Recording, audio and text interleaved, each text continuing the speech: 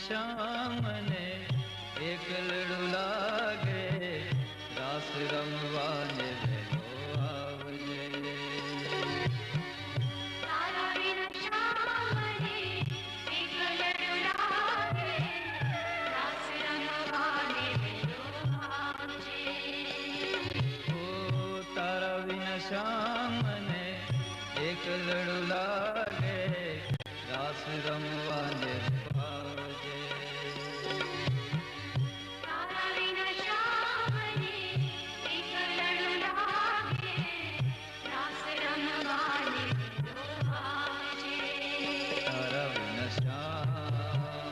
એક લડુ લાગે, તારા વિન શ્યામ એક લડુ લાગે, તારા વિન શ્યામ એક લડુ લાગે, તારા વિન શ્યામ એક લડુ લાગે. રાસ રમવાને વેલો આવજે.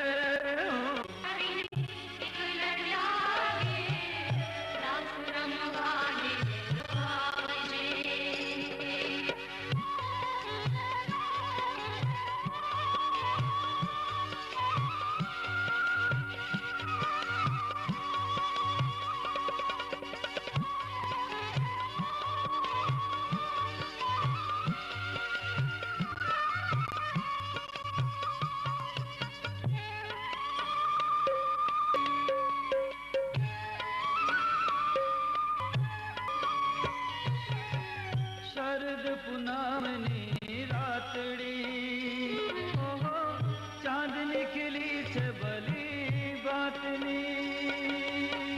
શરદ પૂનમની રાતડી, ઓહો ચાંદની ખીલી છે ભલી બાતની. શરદ પમની રાતડી, ઓહો ચાંદની ખીલી છે ભલી બાતની. શરદ પૂનમની રાતડી, ઓહો ચાંદની ખીલી છે ભલી બાતની. તું આવે તો શ્યામ રાસ જામે ન શ્યામ, રાસ રમવાને વેલો આવ આવ આવ શ્યામ, રાસ રમવાને વેલો આવજે. તારા વિન શ્યામ ને એકલડું લાગે, રાસ રમવાને વેલો આવજે. હો તારા વિન શ્યામ ને એકલડું લાગે, રાસ રમવાને વેલો આવજે. તારા વિન શ્યામ ને એકલડું લાગે, રાસ રમવાને વેલો આવજે.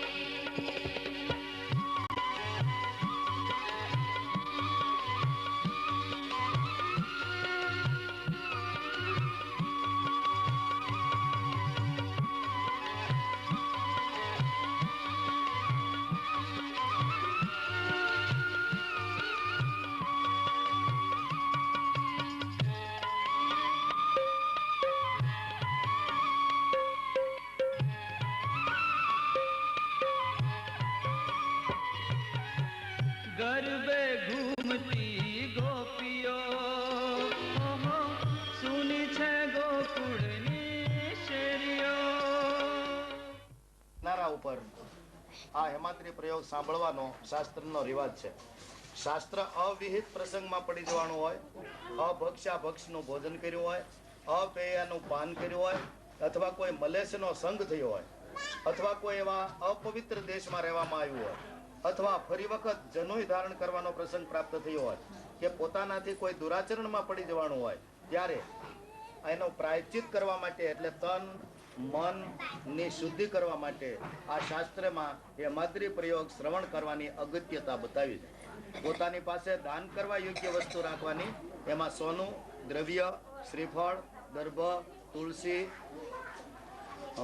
તલ, અક્ષત ઇત્યાદિ પોતાની પાસે રાખવા અને પછી આ હેમાદ્રી પ્રયોગ સાંભળવો. સ્વસ્તિ શ્રી સમસ્ત જગત ઉત્પત્તિ સ્થિતિ લય કારણસ્ય જગત્રાવિચનક્ષસ્ય પ્રણત પારિજાતસ્ય અચ્યુતાનંત વિરસ્ય શ્રીમદ ભગવતો મહાપુરુષસ્ય અચિંત્યા પરિમતિ શક્ત્યા ધેય માનસ મહાજલોર મધ્યે પરિભ્રમણા નામ કોટિક બ્રહ્માંડ નામ એકદમ. જ્યારે ક્ષીરસાગરની અંદર વિષ્ણુ ભગવાન પોઢેલા હતા અને શેષ નારાયણે જેની ઉપર 1000 ફેણથી છાયા કરી છે, એવા વિષ્ણુ ભગવાન શાંતિથી પોતાના ચિત્તમાં વિચાર કરે કે આ નવખંડ ધરતીનું સર્જન કરું. એની અંદર અનેક દ્વીપ, કલ્પ, સમુદ્રો, નદીઓ, પર્વતો, 18 વનસ્પતિ, પછી દેવ, દાનવ, યક્ષ, કિન્નર, માનવ, આ બધાનું હું સર્જન કરું. ભગવાને મનમાં વિચાર કર્યો. તો પરમાત્મા જે કઈ વિચાર કરે એ ખુદ નથી કરતા, પણ બીજાની પાસે કરાવે, એટલે બીજાને નિમિત્ત બનાવે છે. એટલે ભગવાનના સંકલ્પ માત્રથી એની નાભીમાંથી એક કમળ ઉત્પન્ન, 1000 પાંખડી વાળું આ કમળ હતું, એની અંદરથી બ્રહ્માજી ઉત્પન્ન થયા. તો બ્રહ્માજીએ 4 તરફ પોતાની દ્રષ્ટિ દોરાવી. બ્રહ્માજી વિચાર કરે કે મને ઉત્પન્ન કરનાર મારો પિતા, મારો સ્રષ્ટા, મારો કર્તા કોણ છે. તો 4 દિશામાં જયારે એને જોવા માટે પોતાની દ્રષ્ટિ દોડાવવા મસ્તક ફેરવ્યું 4 દિશામાં, એટલે ચતુર્મુખો બ્રહ્મા ભવે તો 4 મુખવાળા બ્રહ્માજી બન્યા. છતાં બ્રહ્માજી નક્કી ન કરી શક્યા કે મને ઉત્પન્ન કરનાર મારો સ્રષ્ટા, કર્તા, મારો પિતા કોણ છે. ત્યારે બ્રહ્માજી મૂંઝાવા લાગ્યા. તો અકળાયેલા બ્રહ્માને અંતરિક્ષમાંથી એક અવાજ સંભળાયો અને એ અવાજમાં તપ તપ એટલા શબ્દો સંભળાયા. બ્રહ્માજી મનમાં વિચાર કરે કે મારે તપ કોનું કરવું. હું કોઈ નામ, આકૃતિ, આકાર કઈ જાણતો નથી, એટલે નામ, આકૃતિ કે આકાર વગર કેવલ બ્રહ્મનું બ્રહ્માજીએ 100 વર્ષ સુધી તપ કર્યું. 100 વર્ષને અંતે એને આકાર દેખાણો. અને આકાર કેવો હતો?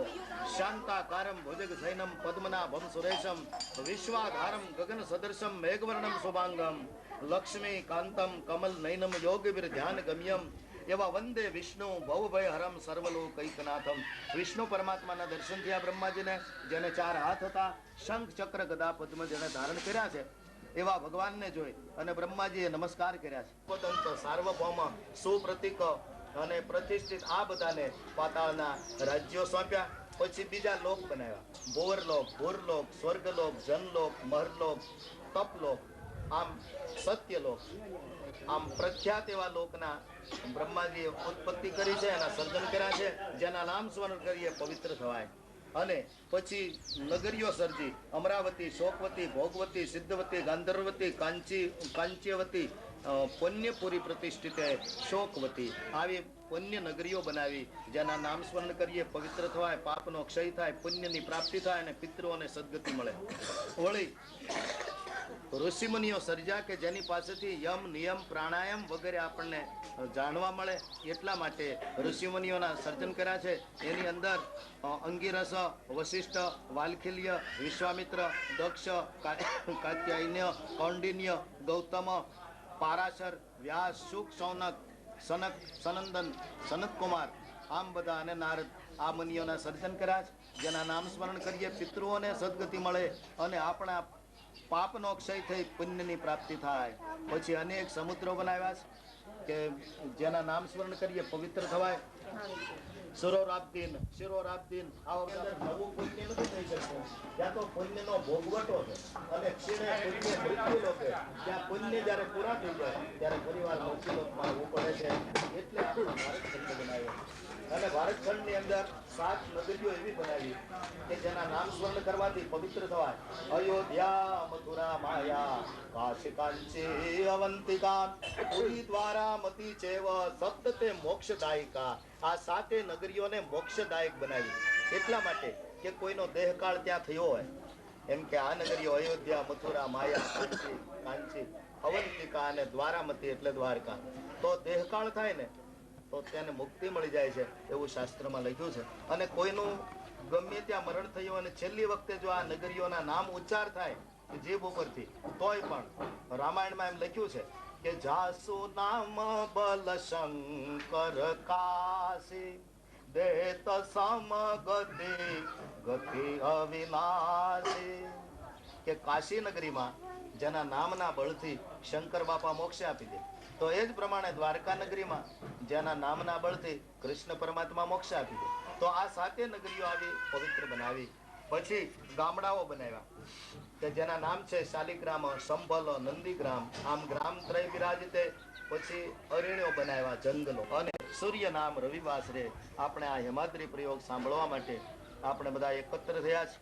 અને આજે જે કોઈ આપણા પાપ પુણ્ય છે એ પુણ્યની તો વૃદ્ધિ થવાની છે, પણ જેટલા પાપ છે એ તમામ પાપ આજે આપણે તરછોડવા છે, એનો ક્ષય કરવો છે. એટલે વર્તમાન નક્ષત્રે, વર્તમાન યોગે, વર્તમાન કરણે જે કાંઈ આપણા પાપ છે એને આજે તરછોડશું આપણે. તો હવે પાપ કેટલા પ્રકારના, કેવી રીતના છે એની થોડી યાદી આપી છે. તો પાપ છે એ કાયન વાચા મનસેન્દ્રિયર્વા બુદ્ધ્યાત્મતા વા પ્રકૃતિ સ્વભાવાત. કાયાથી, વાચાથી, મનથી, વાણીથી, બુદ્ધિથી અને જાણતા અજાણતા, સૂતા બેસતા, હાલતા ચાલતા. કારણ કે મનુષ્ય માત્ર ભૂલને પાત્ર છે, પરિપૂર્ણ એક પરમાત્મા છે, આપણે કોઈ પરિપૂર્ણ નથી. એટલે ભગવાન સિવાય તો આપણાથી આવા નાના મોટા જે કોઈ પાપ થાય છે એ પાપનું આજે પ્રાયશ્ચિત કરવું છે.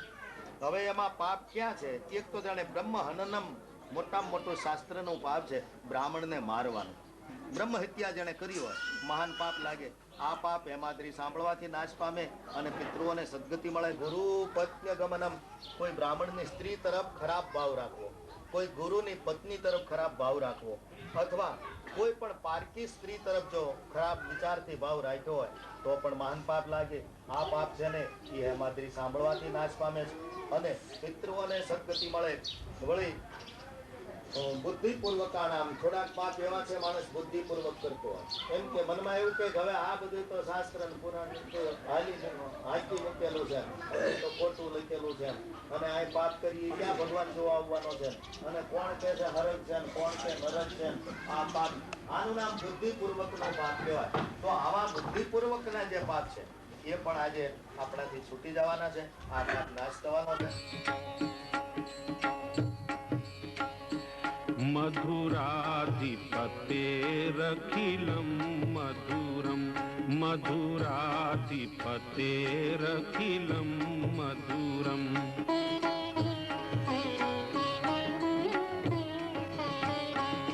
અધરમ મધુરમ, વદનમ મધુરમ, નયનમ મધુરમ, હસિતમ મધુરમ, હૃદયમ મધુરમ, ગમનમ મધુરમ.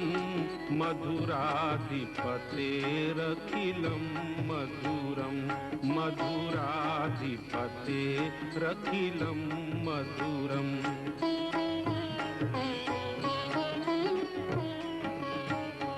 વચનમ મધુરમ, ચરિતમ મધુરમ, વસનમ મધુરમ, વલિતમ મધુરમ, ચલિતમ મધુરમ, ભ્રમિતમ મધુરમ.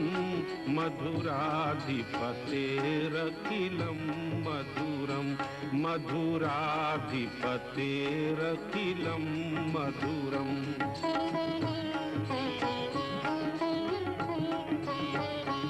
વેણુર્મધુરો રેણુર્મધુરઃ, પાણિર્મધુરઃ, પાદૌ મધુરૌ, નૃત્યમ મધુરમ, સખ્યમ મધુરમ. મધુરાધિપતેરખિલમ મધુરમ, મધુરાધિપતેરખિલમ મધુરમ.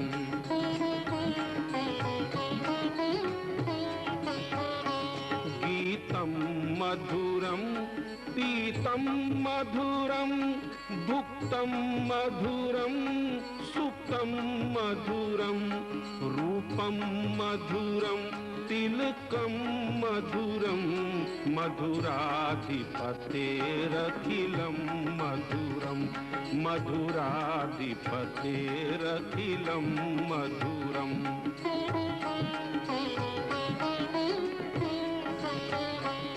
કર્ણમ मधुरम तरणं मधुरम हरणं मधुरम रमणं मधुरम वमितं मधुरम शमितं मधुरम मधुराधिपतेरखिलं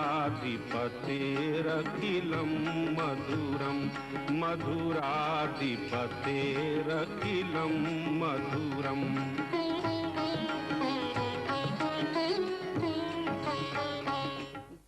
प्रभु वरदतु वरं देहि वाञ्छितं वाञ्छितार्थद अनेन सकलार्थेन फलदोस्तु सदा मम विघ्नेश्वराय वरदाय सुरप्रियाय लम्बोदराय सकलाय